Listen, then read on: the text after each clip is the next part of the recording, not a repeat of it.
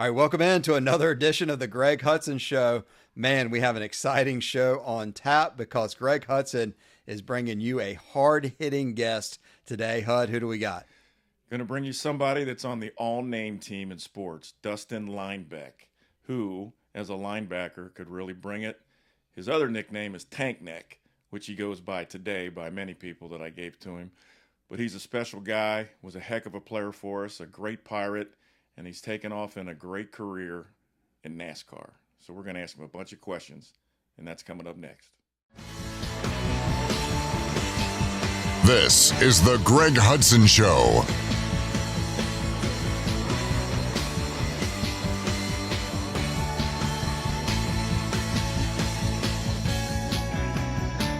Hi, we're here with Dustin Lineback, part of the all-name team with the Pirates. Was a great guy to coach. Was a lot of fun. Tank Neck, what have you been up to? Man, I've been living the dream, still racing and running our little small business, being a husband and father, man. Yeah, he called you Dustin Lineback, but he just called you Tank Neck there. What is that? What does Tank Neck mean? Well, we used to have these little headshots in our meeting room, and I was a gym rat, man. I lived in the weight room, so my neck when I was playing football, dude, that thing it was Past like his the key of ears. spikes, it was out to my ears. And he just always called me that, so it stuck. And then Coach Rock used to tell me I had two Pepsi cans hanging on my traps, hanging out of my ears. That's awesome. That is a rockism. I forgot about Yep. that one. Yeah. Oh, man. Dustin, get everybody up to speed. What you've been up to? What's been going on? This is year 13 of my NASCAR career, so we've been rolling every single weekend from Valentine's Day to Thanksgiving for 13 years. So other than that, I've got my comic book business. We've been, trying to build that up and get a little growth and scale that out. And then normal family stuff, trying to catch ECU, play some football here on Saturdays nowadays. That's something when I didn't even know that about you, and I don't even know when your Marvel world started in the comic book business. When I saw that, and then I saw the scale of how you do that, I was like, this is not just a little, I'm going to have about 100 comic books and put a few in a plastic bag and sell them. I mean, you have quite an organization you've built. Tell me about it. Yeah, it's been a journey. You got to live and learn in that process of things. But man, we started off smaller, and then eventually we started getting bigger and bigger, going to the major conventions, setting up. We'd bring in a certain amount of money into inventory and try and net, 10, 15%. And then it got to where COVID happened and we couldn't do that anymore. So we went to the Instagram world, and I've been living over there ever since. I can do the same amount of volume and a little bit less for margin, but in 2 hours, I can do a whole week's worth of convention, where the profit and sales. So we do live sales on Instagram nowadays. And thanks to COVID, that's kind of been my world for the last, I'd say, 2 years Man. when it comes to selling books. How did it all start? I mean, what was the moment? Were you a consumer of these comic books? Well, I started off day trading in the stock market. And so I ended up kind of losing my ass a few times. And I said, you know what, I need a little bit safer place to put my money, And so I started, looking back into comic books. I've always enjoyed them, loved the characters and that kind of pop culture, and started seeing a lot of auctions. Action Comics won. These things were selling for $1 million, $2 million. Batman won $2 million. So I said, all right, this is kind of a safe world. It has real data of sales tracks, anything that's sold. And, so I started putting money there, and then I started upgrading the stuff from my collection and realized how easy it was to sell. And so I said, shoot, I might as well start trying to sell some of this stuff. It's been a revolving door ever since. So you went into it blind. You just picked up basically comic books like somebody picks up a sport. Yep, pretty much. I walked into a comic book shop. I said, "Hey, I think I had $2,500 that day." I said, "Hey, I got $2,500. What's the best thing I can put it in for a long, safe term value where I'm not going to lose any money?" And Shelton Drum, he's got one of the biggest comic book shops here in Charlotte, and he's actually really well known up and down the East Coast. And he said, "Hey, why don't you first buy that guide, learn what books are good and what books aren't, where you should put your money. And it's basically the key issues, like a sports card. You know, you want a rookie card, a Barry Bonds rookie card. It's like Spider-Man. You want his first appearance in comic books. So once I learned all that, I started buying all the key issues, stashing them away. And then 2021 came, everything tripled. So that was a nice cash in payday. You know, with stimulus money coming out, people would save their tax return and stimulus money. And then now they finally have enough to buy the book they've been wanting their whole life. And I just would happen to have 5 or 6 copies of each one. We'd turn them and burn them. What's the most expensive comic book you've sold? We just sold a Showcase 4, I believe, forget what month we in, September and July. That's the first appearance of the Flash. And we sold that one for 42,000. I've sold a couple Amazing Fantasy 15s for 50 and 60 grand. And, you know, I try to stay a little bit lower. That's kind of higher end for me because that kind of stuff sits for a while. You know, it takes a certain buyer to buy it 50,000 plus, but there's plenty of buyers out there. Don't let it scare you. You know, I know a lot of buyers that they'll sit there and watch these auctions for Batman ones and they'll spend $1.5 million on it. Like drop a button. Oh, Now, what's the most you've paid for one? That Showcase 4, I paid 32,000 for that one. And then, you know, we have a cleaning and pressing service I do. You know, I charge customers all the time for that. That's $20 a book. And basically we clean it like you dry clean clothes. You take in a wrinkled shirt to the dry cleaner. They clean it, press it out, comes back crisp. I do that with the books. So I bought that. I cracked it out, clean pressed it, bumped it up 1.5 points, and boom, there's 10 grand right there. So man, I would start a fire if I tried to do anything like that and lose all my a money. lot of people have, including myself, man. And I would never thought you put the word dry cleaning with comic books. And we just Yeah, heard it. same Plus, thing, yes. you can dry clean a book and sell it for 45,000. And you went into it blind. That's a great story. Yeah. You know, I need a safe place, you know, because no one teaches you about, you know, investing money and this and that, you know, young age. So I tried day trading and now I'm in, you know, it's way easier on both sides of the thing and financial markets plus this. But Well, we love the comic book stories, but we want to hear some ECU stories, and in particular, I want to hear some Greg Hudson stories. Man. You know, we had C.J. Wilson on the Greg Hudson show not too long ago, and he was telling us about no ferrets allowed. Do you know anything about ferrets when you were on Coach Hud's defense? oh yeah, man, that's not even, that's just the tip of the iceberg with him. I tell you what. You got to think. I played linebacker, so he was directly in our meeting like that. Coach Hud's the guy. You Well, know? hit us with a good Coach Hud story. Oh, Okay, I'll tell you one of my favorites. This is one of my favorites, and you know, I was a walk-on, and so me and Matt Thompson, Cliff Perryman, that whole class of linebackers, Austin Hayes, you know, we were a different group. You know, I came in with those guys, Emmanuel Davis, and so we were. I forget. I think it was a Sunday practice, maybe. I think it was a Sunday practice, and I think we may have. I can't remember if we won or lost the game, but we're out there, and we're not loafing around, but we're cutting up, you know. And this is an individual drills, and it's me and Matt. And I just remember Matt chewing on his mouthpiece, and we kind of were paying attention, but we weren't. And Coach Hud, he sat there and said, "Lineback, you don't even want a scholarship. You don't know what, you can't even pay attention out here." And I'm just like, oh my God. Like this, because I'm trying to get on scholarship, you know, that's what I want to do. And we're just messing around out there. And dude, he ripped us a new one. And I can't remember what all he said to Matt and Cliff, but it was us three. I was playing Mike at the time. And he said, and Tank Neck, you don't even want a scholarship. So you're down here lollygagging, hanging out with these good time Charlies. Yeah, that's, to me, that was, I mean, I could go on and on. You know, Did I say lollygag? I can't remember exactly what you said, but I remember you called us three good time Charlies, and you Good time pointed at Charlie. each one of us, and you said, "Linebacker, you don't even want a scholarship. Matt, you don't want to play. Cliff, you don't want to play, and Tank Neck, you don't even want a scholarship. You'd rather pay to play for a football." Well, I probably did say that. I'll say I agree. But I said that you didn't want a scholarship because I had enough information in my head after watching you for not very long that I was like, this guy's going to be on scholarship. You made an instant impact. And The first time I saw you, I think we were before you could even attend or participate. You were sitting up in the stands. You probably don't know. I remember this. And I was standing next to Rock, and you were watching a scrimmage or practice or something. So watching y'all practice, yeah. Yeah. And I said to Rock, I go, "Who's that guy?" Because you look better than some of the other guys I was coaching. So I want to know who you were. That's the first time I noticed you, right? Because you're by yourself. Yeah, I And mean, Rock goes, I come to ECU, man.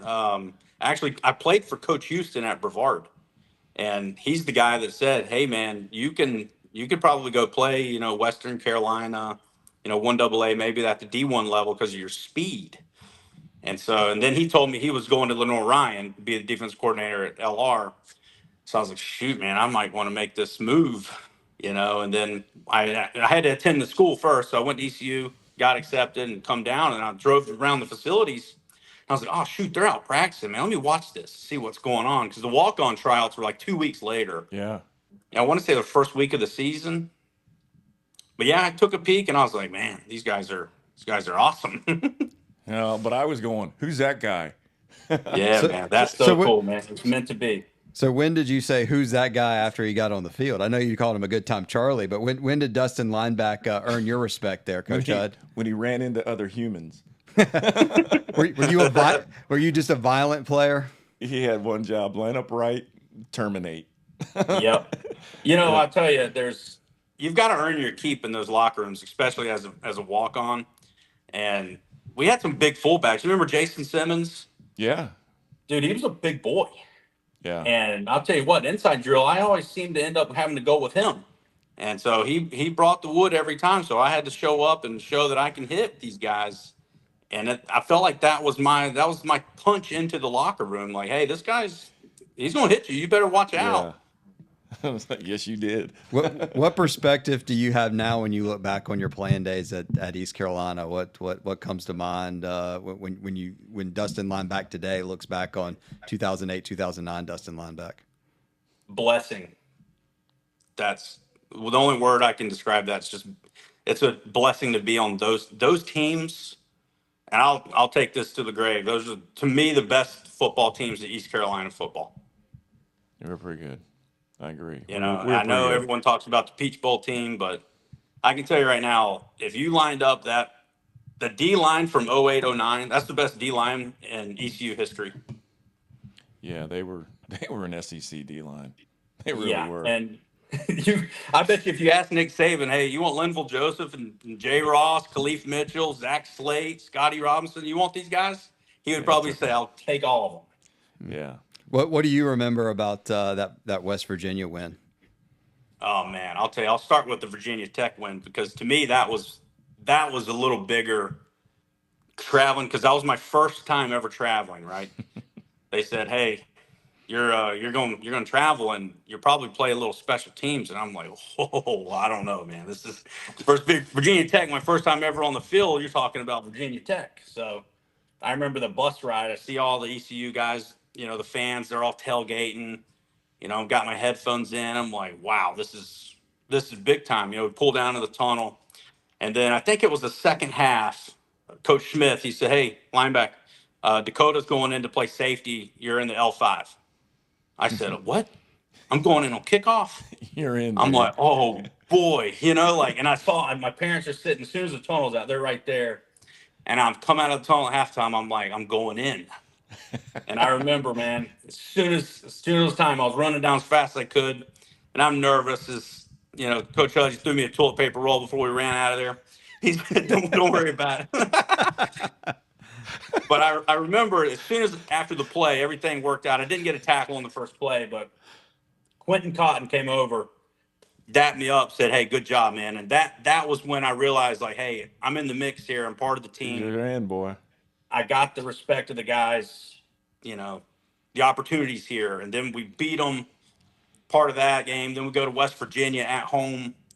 Noel Devine, Pat White, and I'll tell you guys a little short story. In the UFL, when I signed up there to play fullback, Pat White was my quarterback. So Really?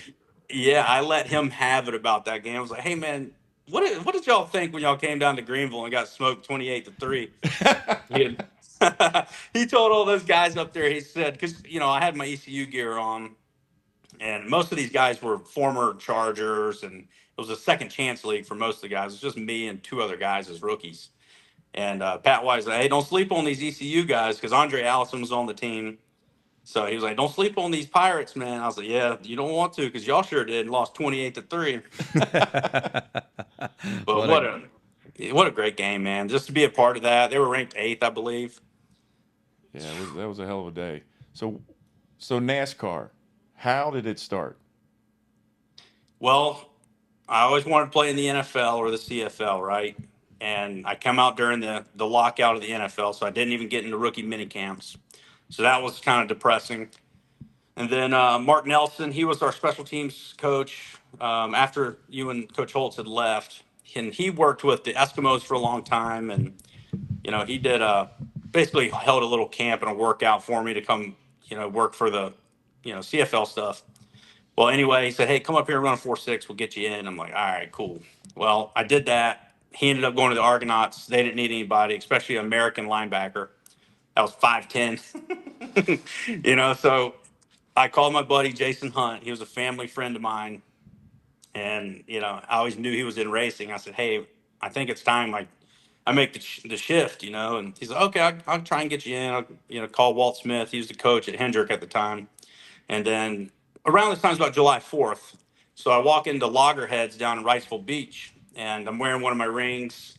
And this guy, Matt Skeen, he played tight end at Gardner Webb. And he said, hey, man, what's that ring for? I was like, oh, it's our back-to-back conference championship ring at ECU, as part of the team.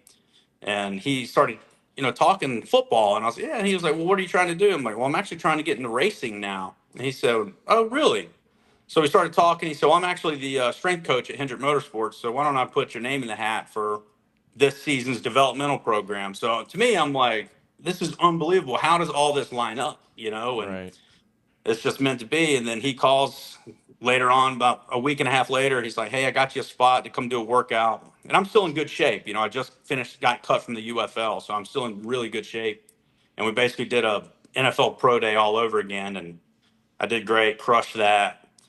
Then I got called in and rallied, I think like end of September, October. I started in their 4th class of the developmental program at Hendrick. And then, man, ever since then, been setting the limits for everyone else. That's great. Now, you're in charge of your own crew. Is that what you explained to me? Pretty Sort much. of, yeah. Yeah. Like we do have a crew chief, and he runs the show. He's like the head coach. Yeah. And I would say, his main job is to make sure the car's built, it's fast, and the road crew and the engineers are putting that together. And then he has to manage us also. But, we got to pick, I got to pick the 2 changers when I came over to RFK. And my gasman and I, we kind of decided, hey, we're going to do this together, and we're going to run this show basically the way we think it should be ran. Right. And, with practice times, limited reps, because, I'm 36. you just, Gosh, that just doesn't equate to me. So we kind of took it in our own hands. And we said, hey, look, give us this chance. And, we'll prove to you we know what we're doing. And the first year there, shoot, man, I think we finished 6th overall in the sport on pit road, which to us was like, oh man, that's not very good. But if you look Right. at it, football perspective, our car was slow. So we didn't have opportunities to pit. We didn't have good pit stalls. It basically being like a poor offense getting barely to the 40-yard line, and you got a 60-yard kick, make the kick, Yeah. And then last year we stepped up. We were number 2 in the sport for the whole season. We ended up winning the most valuable pit crew in the playoffs. That's your Mechanics Aware Award. That's our Super Bowl. So we got a big trophy for that, ring. And we finished 2nd. We lost by 200ths of a second to, I believe it was I think it was the 5 car. They're really good. And That's then what I this love year, about NASCAR. Yeah. Everybody's a yeah, number. What, that's it, man. Dustin, tell everybody what team you're with and where you are right now. I'm at Roush Fenway Kozlowski, and I'm on the 6 car, and our driver's Brad Kozlowski. He was Okay. champion in 2012, and he come over in 2022. We started this. This is the new logo. It used to be Roush Fenway, and now the K's with Kozlowski. So we kind of came in with him, built the team around Brad, built it around our pit crew to make sure, hey, we got enough guys to gain and maintain on pit road. And man, we've been a top 5 pit crew ever since. I have winning a football game is hard. Winning 10 of them is really hard. How Yeah. hard is it to win a race? Harder. Okay, you know the difference. I'll Yeah, bet. I'll tell you what, it's so hard. And I took it for granted at Hendrick when I was there because we won. I think I have 16 cup wins and about 25 Xfinity and truck wins and 2 championships. And, we won a lot at Hendrick. And that's because with that race car, man, they had 600 employees, 200 engineers, the best athletes money could buy, best drivers. Roll Rick Tide. Hendrick. Yeah. Yeah, Rick Hendrick just all in on racing, and we used to whoop them. And then we get over to RFK, and it's a new race car. So the cars are bought from NASCAR out of a big box. They take them apart, you put them together, and you go out and drive them and pit them. So it's basically all stock now. So now all the cars Okay. they're identical. It's driver, pit crew. It's really hard now, and that's why when we won in Darlington on Mother's Day this year, man, it made me cry, because that's how I hard it is to believe it. win. Yeah, that There's was the so many. biggest win ever to me because of how hard it was, especially leaving Hendrick. Everyone's saying, "Man, you're going to ruin your career going to RFK," and I'm like, "Nah, we're going to build this thing back up." And to knock them off at Darlington, the hardest track, Yeah, that's the West Virginia. That's what we did to them. that's great. I'm saying yeah, like I know. That's awesome. That's I can only imagine. The one thing as a defensive coordinator and in coaching, you're always trying to take care of the things that you can control. I can imagine the number of variables there are in racing that you cannot control, and Tons. every single race, something's got to happen where you say, "Boy, I didn't expect that," or "That's never happened before." Is that It's common? every pit stop for us. Oh, Every stop something happens. There's 5 of us, and we have to mesh perfect because yeah, there's 36 other teams that are trying to mesh perfect and gain spots to win the race. right.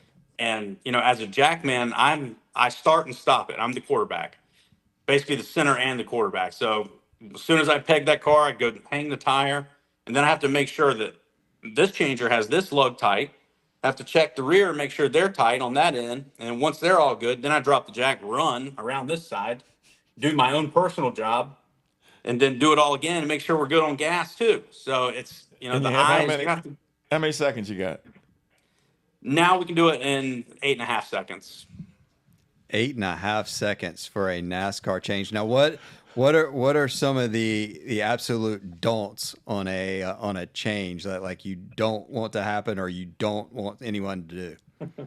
Loose wheels, man. Loose wheels. Loose wheels are like, I consider pit crew like kickers. All right. So loose wheels are basically a bad snap, say, or a chip shot. It just depends. There's a lot of awareness of where you're at on the racetrack, who you're racing against. It's basically like a bad snap and the holder misses it, and then you're sacked. You turn the ball over, or it's a pick six. That's how bad a loose wheel is. And as a jack man, I am pushing every fraction of a second on my cut when I drop the jack on the left side.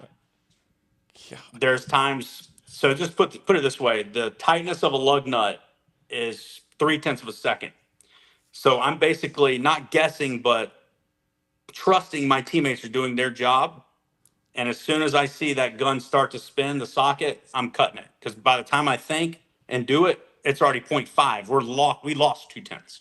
Yeah. So, but if the wheel's not on, dude, I cut it. It's loose. The driver's going to either be in the fence or in the stands, and Not good. that's not good because That's there's not part only of the one deal. person's fault, and that's mine. And Mm-hmm. I tell Brad Keselowski, I said, "There's one thing I'm going to guarantee you is that I will do my best to make sure we don't have loose wheels, and you're safe, so you can go home to your wife and kids." So what? So good you to do? know. How many changes do you do per race, average? And then this is not like a disrespectful question, but what are you doing when you're not doing like a pit change? Like what's the team, the pit crew doing during the race? All right, so like Darlington's our hardest race, right? That one and the Coca-Cola 600 here in Charlotte, those are about 12 pit stops. And, you got to think these are full blown sprints for 10 seconds. So it's basically like a track star running 10 100s. They're going to be pretty tired. And not to mention those race cars are 3,500 pounds, and I got to jack that thing up. So, but on an average, they're about seven pit stops a race, and they happen about every 15 minutes. So, depending on cautions, Darlington. There's been one time at Charlotte we pitted. I want to say we pitted 6 times in 25 minutes, 6 times in half an hour, just the way the laps ran and the tire Right. wear. But after we get done watching or after we get done doing the pit stop, we will go around to the back of the box. We have our film. We have live recordings on every person to check wheel torques, index times. We'll basically go back and check out how fast we ran, how many stops we gained, where the rest of the guys are pitting at. Our teammate, the 17, we're checking out them because we're all it's inside competition. We got to beat those guys. So we basically watch and break down the tape. And by the time we're done with that, it's time to get ready and do another one. Man, I look at what you do, and I've seen only because I paid attention as a kid. We had a family member, somebody that had done something in the crew with Cale Yarborough. Yeah, And man, that's old I school. remember paying attention to it, and I was like watching it on TV, and I'm like, these guys they don't have a helmet on. They're in street clothes. Half of them have a cigarette hanging out of their mouth, and these cars are just flying around like crazy. It looks like that would be like the equivalent of playing without face masks. Yeah, To now what it is that's how it today. started. Yeah, those guys didn't even have a pit road speed limit. You would see Dale Earnhardt during his glory days; they would be going 150 miles an hour, and guys are changing the tires. You think about how dangerous that is. I mean, I've been hit at Indianapolis. Pit road's only 20 feet, and each car will be coming in. They'll buzz you. You can feel them when you're on the back of the handle of the jack and cars going 55. I couldn't imagine at 150. So you just said you've been hit by a car? Absolutely. Rubbins Racing. No, so what are we doing? Yeah. Walk us through this story. And is this something that's happened more than once? Yeah. So at some of these tracks, Martinsville, Indianapolis, pit road is so tight. The pit boxes are small because they're built for Indy cars, which come in and they stop on a dime. But these race cars, man, the stock cars are different. So you got to think we need 6 foot from the wall to come around the left side and pit the car because the jack handle and the jack's 6 feet long. So we at least need that just to service the car and do our job. So we have to put the car in a certain spot in the pit stall. And if the stall is only as wide as where we put the car, we're going to be on pit road where the cars are driving. And so, yeah, Chase Elliott, he buzzed me one time, kind of knocked my radio off. That's how close it was. And I'm like, oh boy, here we go. And then Denny Hamlin, when I was carrying front tires, I ran out with a tire and he boomed it out and almost ripped my arm off. Tires went flying all over the place. That's I like how casual. You guys know Kyle Tudor, the old linebacker who played with me. Yeah, I recruited him. Yeah, man, he was in an Xfinity race, and Justin Allgaier came around and boom, he hit him. He did a complete flip, landed on his head. You're kidding. So it's dangerous. There's been guys hit all the time, but NASCAR does the best they can to minimize injuries and Put things you in like fluorescent that. colors. Yeah, and you trust the drivers. That's why I only do Cup Series now. Trucks and Xfinity, they're even those guys are they're loose cannons. These Cup drivers, they know what they're doing. I don't even worry about it now. Daniel Suarez, he buzzed us in Darlington, and I walk over there. I'm like, hey, what are you guys doing, man? Come on, we're racing for the win. You guys are running a lap down. Right. Like, give us some room. You just gotta let them know. That's right. What about Earnhardt Jr.? Awesome. How much man. time? How was that experience? That was awesome. I'll tell you what, never signed more autographs ever in my life besides working with that guy. Especially we'd go down to Talladega, and he ran that place now, and we would have to we basically had to rope off our pit stalls because people would flood in there. They would steal tools. They just wanted anything. We would have to basically hide our tires because during this day it was 5 lug nuts. It wasn't the single that we're in now. Right. So we would glue all these lug nuts on, and we would show back up after a team meeting, and dude, all the lugs are gone. The fans would take them off because they just rip them off. They're glued on. Yeah. The fans would take all these lugs, and we're like, oh my gosh, man! Like, guys, this is hurting your favorite driver. Now it takes 4 hours for this stuff to dry up. But man, him as a person, he was awesome, man. He's first class, everything he does. he loves racing. And, when I heard his retirement story, because he had the head issues with the concussions and things like that, he basically said, I never raced to win. I just wanted to make a living racing. Right. So everyone always said that, he wanted to be a champion, this and that. Well, really, he just wanted to race for a living and make money racing and having Right. fun. And he just happened to be good at it. And man, when I heard that, I was like, dude, he's just the truth, man. It was awesome working for him. And, Yeah. he's good buddies with Brad Kozlowski and our spotter, TJ Majors. He was our spotter on the 88 with Dale. So it's kind of a little family we got going in, with the team that we have now. It's kind of under that Dale Jr. umbrella. I get it. Junior's a rock star. Who's some of the famous people you've met in your NASCAR career? I'll tell you a funny story. It's we were at Whiskey River, and this was at Dale Jr.'s retirement party. And so Bob is you guys probably know him as Kid Rock, but so Dale's got this. He's got this mechanical bull in there, and this is back kind of when I used to, I used to have a few drinks, and so we were hanging out, and Dale's like, hey, Lineback, come ride this. And I'm like, man, I ain't getting on that thing, because he used to like to ride it. That was his thing. He wanted to drive it and see if he could throw you off. And I was like, man, I ain't trying to get on this. And I didn't know Kid Rock for nothing. He was just literally standing right there, and I saw him. I was like, dude, you trying to get on this thing? And he was like, man, if you do it, I'll do it. I said, I'll bet you a drink. So I was like, all right, I'll get on there. So Dale threw me off, and I said, all right, man, it's your turn. He said, all right, I'll be the dumbass. I'll get on there too. And so we hung out all night. That was fun. Kid Rock, he is so down to earth. He loves racing. But that was probably one of the more fun, interactions with famous people. But man, I see basketball players. I see Michael Jordan. I just talked to Ed Reed last weekend. He was in Atlanta. Baller. Ed. A lot of people didn't even recognize him, because he's got a beard and his hair sticking out. And I'm like, hey, tell them that's Ed Reed right there. Let's go say hey. And I he was met Ray probably Lewis. great. He was great, wasn't he, Reed? Awesome. Gave me He's the biggest hug. great guy. Coolest guy ever. Yeah. And Ray Lewis was just as cool. I grew up loving Ray Lewis. He was the guy. If I got a chance on Sunday, I'm watching him. I want to play like him.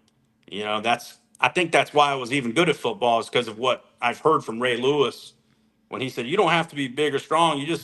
No one can beat you to the football. You have to be the first guy to the football. And I was like, man, that's all we got to do. That's what he does. So that's what I'm going to do. And You did that.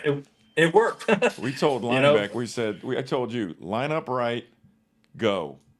Yep. And we'll figure the rest out later, because I think we had to throw you in the fire your first start. Yeah, somebody was hurt, and that was probably the year we lettered 8 guys. It was 08, and I'll tell you the story. We were at Southern Miss, and Cotton. We had already lost Cotton. We lost him to Tulane, and then I think Nick, he got hurt playing Mike, and I think Steve Spence was playing Mike at the time actually.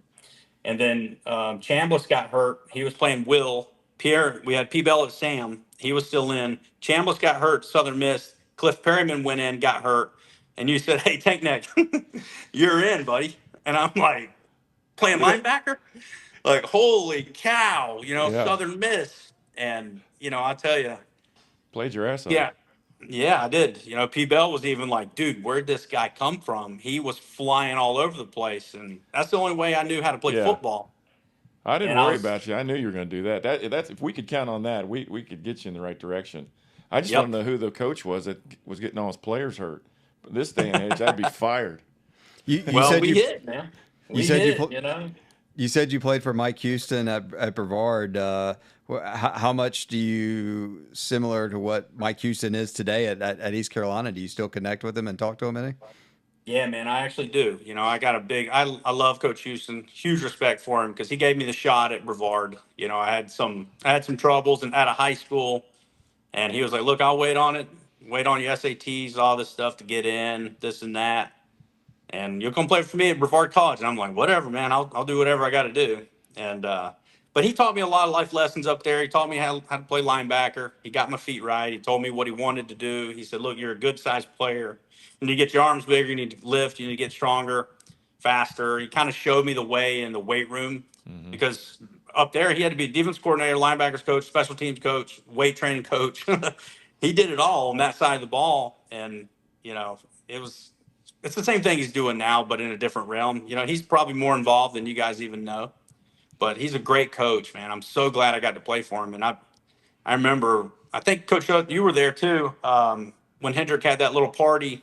They had some Oh yeah, coaches over during the coaching clinic, that's and I was right. like, man, if I could get, you know, you two together and get that picture, because you two were huge influences on my life. And that picture of you two together with me, man, that picture's awesome. I got it over in my office. Yeah, Yeah. that's right. And that was Coach Eustace, real deal. That was Garrett's recruiting trip with you. Yep. Man, I wish he would have gotten to racing. He would have been great, man. I was mesmerized spending the day with you, with Garrett, my son, being recruited to work in Hendricks Motorsports. You know, I was ready to sign. He wasn't, but it was really a neat experience, and it changed my whole perspective. Probably be like somebody who's never been on the sideline during the game and seen just how crazy it is in Fitz. I have, by my stupidness, I have not been to a race and seen you in action. And now you're 13 years in. I've got to do that fast because what's next? Because I know you're not going to do this till you're 40. Well, you're always welcome. Any of you guys are. You know, Coach Holtz, he comes to Daytona a lot. Yeah. And so I get to catch up with him, and that's really nice. But, man, next, I don't know, man. There's a lot of opportunities. I know there's a couple teams they want me to coach and run their pit departments. And I always tell them, I said, hey, it's all about time and money. So, Right? but, you Nothing's know, I miss free. football. You know, I miss football a lot. I told you, you know, back in college when you asked me what I want to do, I'm like, I want to coach football, you know, because Right. that's my first love. But, you know, I kind of might want to get into financial advising too. So I don't know. And then I've got the comic book stuff. We can see how far we can go with that. And, you know, there's going to be opportunities, but, you know, like I think where I messed up on the football side is I had a plan B, and that was racing. And so I'm going to stick to this plan A for right now Yeah. and keep doing what I'm doing on the financial side and make sure we're taken care of when I'm done competing. But man, I don't know. You know, I think I've got at least 4 or 5 more, you know, pitting, and then we'll Really? figure it out. Well, that's Yeah, good. man. Well, now I'll get to a Yeah. race. Yeah, you got to get to a race. You know, your brother comes to some, Oh, I so know. I get we pictures get. and calls me a Yeah, dumbass for not coming to a race and all that stuff. And I'll be honest with you, I forget. I mean, that's where my it's brain hard is to remember. sometimes. Yeah, the Well, it's racing every world Sunday. is Dustin, exactly. Dustin, tying your racing and football career together here, if you were putting together a race team with East Carolina Pirate football coaches and players, who would be your driver, your crew chief, and on your your jack man, your gas man? If you had to pick 4 or 5 guys that you played with at East Carolina, how would you position them to be your team if you were the owner of this number 5 team? All right, out of players and coaches, well, crew chief, I'll go with Coach Hud. I know for a fact he can run and manage a team better than anybody. So he's gonna be the crew chief. He's gonna manage and run the show. The driver, uh, I'm gonna go with Emmanuel Davis. I'm gonna go with Emmanuel Davis to drive the car because he's small, he's aggressive, And and sneaky. hey, he's sneaky. He's So I need sneaky. that in a driver. I need a 150-pound, 165-pound guy. Oh, My I'm out. gas man's gonna be Linville Joseph. Nice, nice. Get him off Big the Linville's gonna Cowboys. be fueling. Yep. Dakota Marshall will probably be my front tire changer. Probably get Dakota Marshall being my front changer. Jackman, man. Better pick somebody like you. You better have to do it yourself. No, he's the I'm a owner. He's the owner. He's Oh, yeah, the, God. yeah. Well, I can't go with Cal Tudor because he's already did it. But how about this? I'll go with Jeremy Grove. Oh, I forgot about him, the tackling I'll, machine. yes, sir. I'll go with Jeremy Grove. He's going to be my jack man. Let's see. Van Eskridge is going to be my rear tire changer because I need speed and discipline on that. And that Van's, in my opinion, the best safety we've ever had. I'm probably biased on that, and then for the tire carrier, I need a tank. I need somebody that can move left to right. I'll go with my other brother from another mother, Josh Schmidt, to be my carrier. oh There wow, you go. wow. He'll carry the whole car. That is, I think what you built is a good team, but also maybe a good reality show. Yes. Yeah. Following that through the pit crews. Is there anybody you would want passes just as your friends and family hanging out with you from the team watching this go on during a race one time? Oh yeah, man. Wes Pittman, he's one of my best friends. Nick Johnson, those guys, they're going to be there. They're in the show. Loving those guys. Andrew Bodenheimer. Man, I could go on and on. That team, I'll tell you, the best thing about us, Wilson Rayner, Rob Cass, Matt Dodge, that group, that whole locker room, still to this day, is extremely tight. And I don't know if every football team's like that, but I'll tell you what, that 08-09 team, man, they're so tight. Every single one of us. I just saw Wilson not too long ago. He was umpiring UNC Charlotte. Right. He, He's he umpiring. said, "Hey, man, I'm up here at this hotel. How far away are you?" I said, "I'll be there in 10 minutes." A la the ACC championship game. Tank Neck, I'm in town. I'll be there in 20 minutes. Be there in 20 minutes. Yeah, that was Florida State, Georgia Tech. Yeah. I'll tell you what, if that's the crew you got put together, we're going to win every fight in the pits with anybody. No doubt. That'd be You a take solid them group. anywhere. Dustin, it's been fun catching up with you, man. Any last thoughts, messages, something to say about Coach Hud before we bounce? I'll tell you what, man, I got all kinds of funny stories about Coach Hub, but I'll tell you the truth about him is he's the greatest coach I've ever played for. I'd put him P1 on the list. And, I've had Coach Houston, love him. I've had the greatest coaches. I've been so lucky. John Wiley, Lynn Coble. These guys, I've had great coaches in my life, and trust me, I needed it. But even off the field with Coach Hud, man, I remember that time me and Nick came over.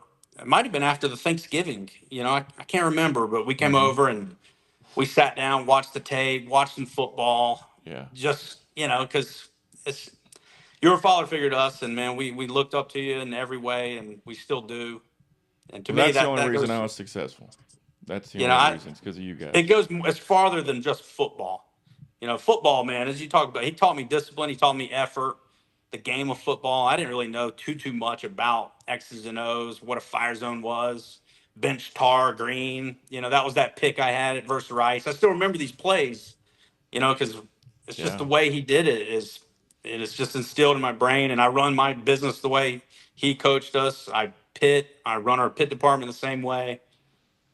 Man, I can't thank him enough. He's first class and everything, and it's a blessing. I can't believe I got to play for him, Coach Holtz, Coach Houston. You Well, couldn't write a book or a script better, man.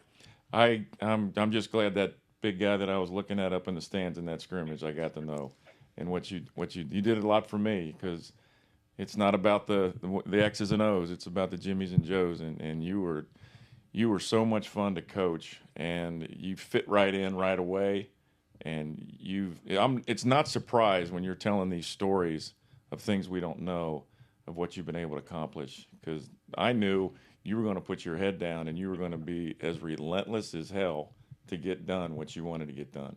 So I love you, brother. Yep, love you too, man. I appreciate both of you, and being on the show has been awesome. I appreciate it. Dustin, we'll do it again, and we're gonna do a field trip. We're gonna come watch you in action. We want to be one of the two characters standing behind you, watching you do your thing. Sounds impressive, and congratulations on all your success. Yep, we appreciate it. You guys are always welcome. Let me know. We'll be in Charlotte in October, so we can work on that and get you guys involved, get you a tour around the shop. So All right, anytime, you man. guys are always welcome. You may see us. You'll hear that whistle, and I know you'll look. So it's That'd been be great awesome. having you, man. Been great. Can't wait to see you. Yep, likewise. You guys take care and go Pirates. All right, buddy. Another great guest on the Greg Hudson Show, Hud. Another home run. Thanks for getting Dustin Lineback on the show. Enjoyed his insight. Dustin's one of a kind, and I was excited to have him on. He brings a lot of energy. He did to the field. He did to our program. He was fun to coach, and it's been great to stay in touch with him over the years. Yeah, it's been a good run. Skip Holtz, C.J. Wilson, Dustin Lineback. I know you get people appreciate everybody listening and watching the podcast.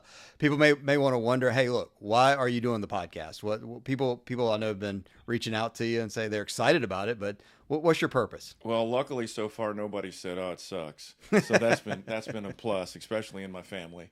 They've been complimentary, and the questions come up when people hear that I'm doing a podcast, because everybody says, well, everybody's doing a podcast, so why are you doing it? And I just wanted to reiterate that for me, it's an opportunity. I've been told you have a platform, you have an opportunity to help people. And so far, that's happened with the podcast to where, I've talked about and been transparent about my recovery, my journey, and what I'm going through still every day. It's a process every day of surrendering. And, I did have a stranger ask me about it. And if that's happening, if we're doing this podcast, and so far one person has asked me about my journey and information, then it's worth doing. So that's why I wanted again to sort of circle back and let people know why I'm doing the podcast. It's a sports program with a mental health background, with a little bit of recovery in there because it's really important. Life is a team sport, and the people that can help people the most sometimes are the people that have gone through adversity or those experiences like you have. And what would you tell people if they're listening right now? That there's an answer, that there's an opportunity, there's a process. I mean, there is the point of hitting the bottom, or sometimes, like me, you got to go a little bit below the floor. But help is out there. People care. The stigma's getting beat down. And, I'm available. If you see me around, you know where I'm at. Greenville's not that big. Ask me a question, I'll help. You need somebody to talk to, I'll help. You need somebody to get to, I'll help you find them. I mean, that's what you do. And when you're in recovery, you have a responsibility to help and to serve. And that's where we are.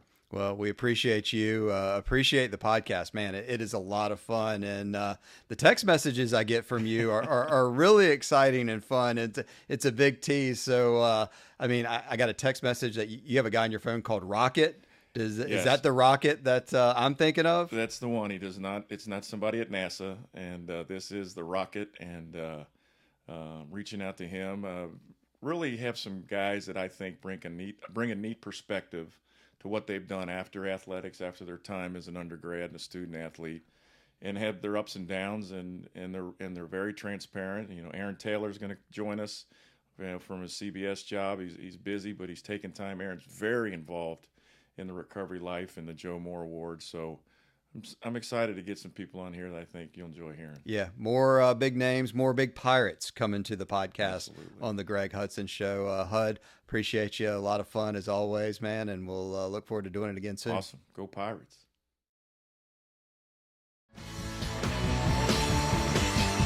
This is the Greg Hudson Show.